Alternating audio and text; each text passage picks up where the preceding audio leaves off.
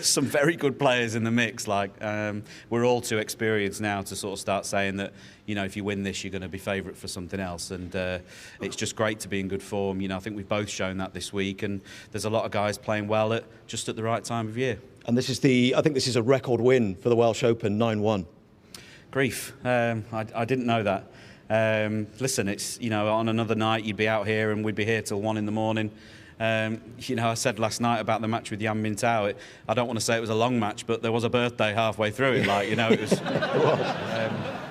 That's just the way it goes in our sport. And I've stood here in Kyron's position before, and you know, it's not easy to take, but he will come back stronger. He's a great player, a future champion in the making, and he'll be back stronger.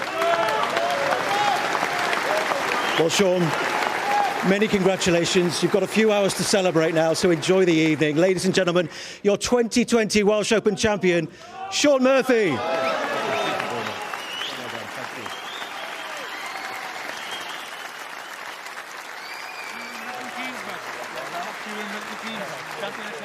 Ladies and gentlemen, please welcome your presentation party, World Snooker Tour Events Director Katie Oldfield and the 6-time champion of the world, Ray Reardon.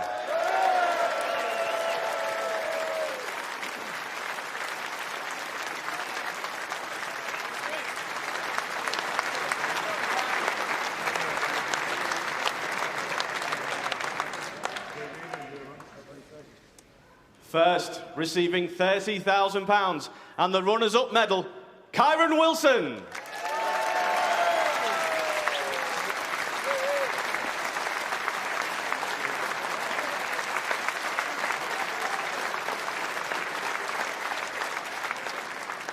And now to the winner, receiving £70,000, the Ray Reardon Trophy, and the title, Manbetex Welsh Open Champion 2020, Shaun Murphy!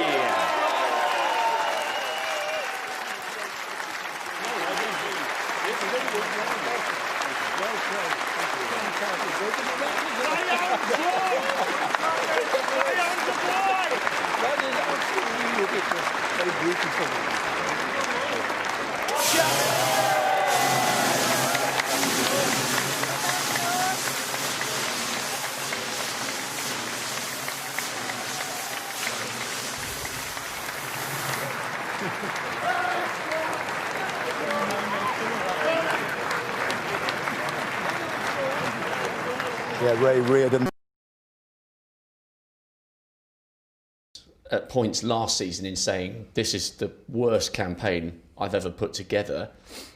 This year's different. You're getting back to the heights that have taken you to a Triple Crown. Excellent win in China. You had 3 finals and a bounce. What's clicking again this year that was missing last year?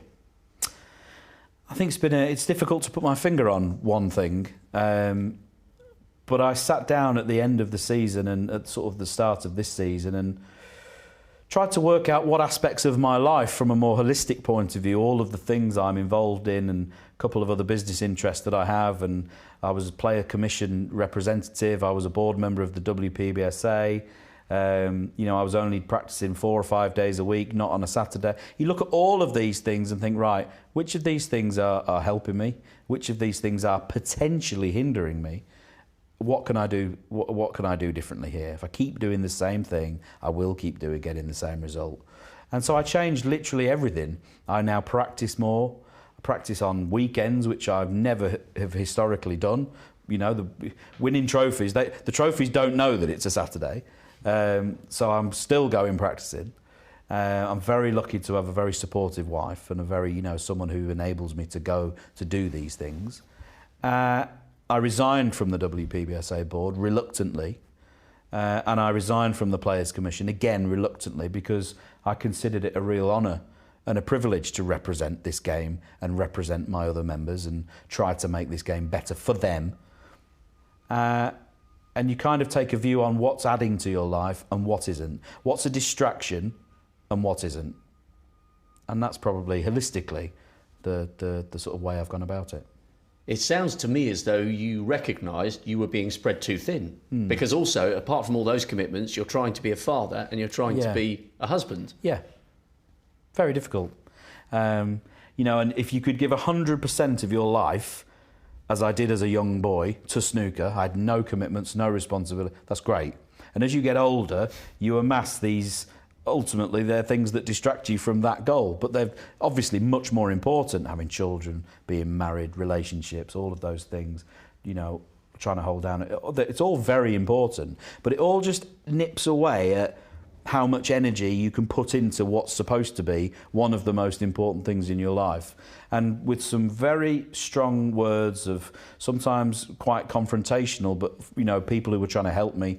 Fergal O'Brien took me aside and gave me a real stern dressing down as a friend and said, this is wrong, this is wrong, this is wrong. Chris Henry, back in my corner, we need to change this, we need to change that. You've slipped back on doing this. And then, you know, I've got my wife at home, you know, saying things like, you know, we believe in you. Let's come on, let's get, you know, let's go. Let's keep the positivity, keep trying to achieve. And I'm very, very fortunate to be in that position. I've got some excellent, great people around me. Because there were some very dark moments last year and in the previous season where I could have easily, if I'd had anything to walk away to, I would have walked away.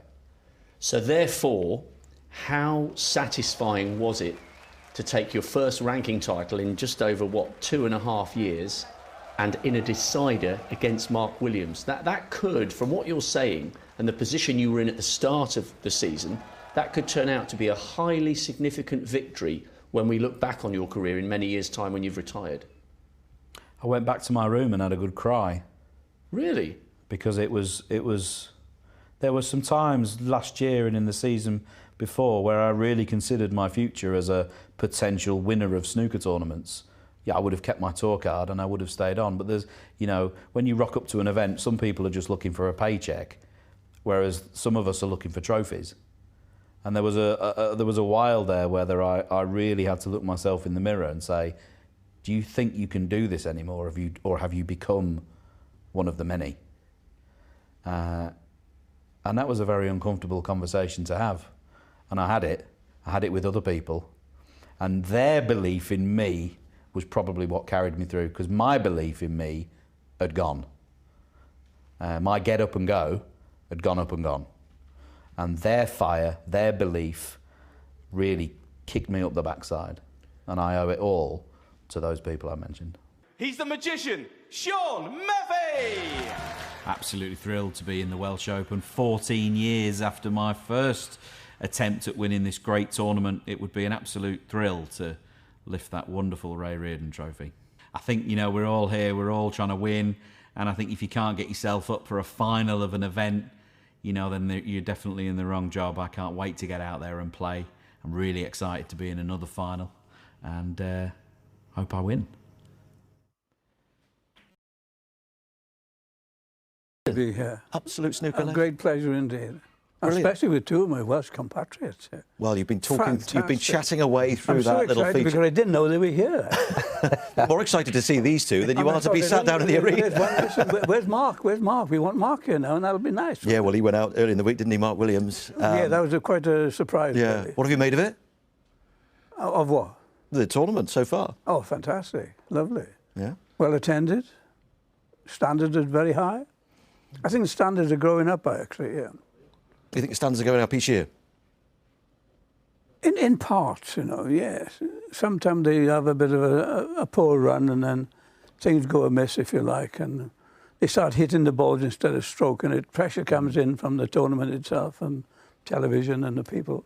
But the game itself will get to you in the end, in any case.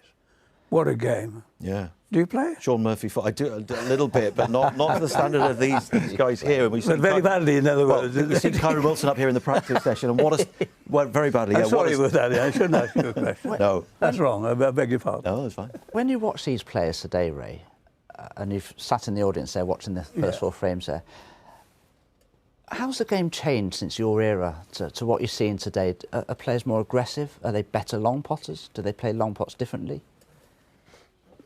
Not a lot has changed in the game itself, but the players have changed because they're younger.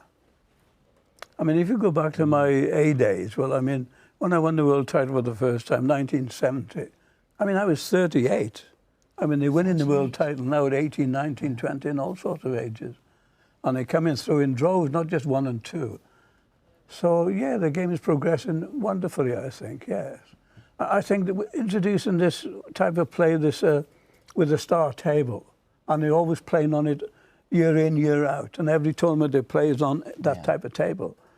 The speed is amazing. The speed is about a quarter of a length faster than in my day. Right. Which is a lot, really. Maybe the balls have got a little bit lighter. They have, I think, yeah. I don't know. That's only my own. They are. As I see, and I judge that by the way the ball comes back with backspin. I do. If they complete now, you can screw the length of the table quite easily. I could never do that. Are different now as well. Yes. Vastly different. But we play must be 30 tournaments in a season or more. How many tournaments in your heyday were there during an average snooker season, would you say? 5. 5. Times have changed. There are so many these days, aren't there? Are there any particular players, I wanted to ask you, who I know you've worked with Ronnie, you mentored Ronnie a bit in the past. Any particular players you admire now and you'd like to play with or against? Well, I was surprised to see Ronnie go out here, actually. I was hoping that he would win it, actually. No disrespect to our fellow professionals, but because of my own association with him, it'd be nice to present him with the trophy that they bestowed upon me from Wales, you know, yeah. But, I mean, so many good players, you know. Trump is an amazing player. Yeah. How he hasn't won more games, I do not know. Well, I do know, but it's not open for discussion, that isn't, no. And there's Sean, he's doing very, very well. Yeah. A former world champion. Well, I met him in my early days. Sean used to come down and have a game with me in Devon. Oh, so you've coached him a bit? Just a little bit. Yeah. He had 3 visits with me. Probably thought that was enough, perhaps. I bet you'd love to. You know, you've had a fantastic career and everything, but I bet you would love to have your time again now on these tables, the way they play, with the way you played the game, absolutely, and the way you struck because the ball. it's a stroker's game. Yes. Yes, it's a caresser. You've got to be a nice soft touch, you know.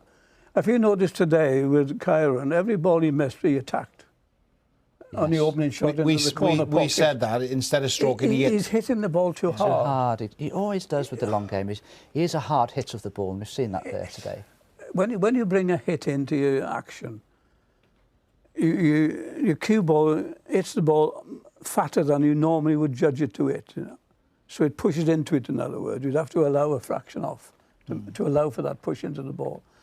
That's very difficult to do. Look, I never lost sitting down. It's easy to comment sitting here and everywhere in the auditorium, but yes, it's a very difficult game. Made to look easy by the standard of play. You are looking very well, Ray. It's lovely to see you, and we look forward to seeing you presenting that Ray Reardon Trophy to the winner this evening. I'm all right from the neck up.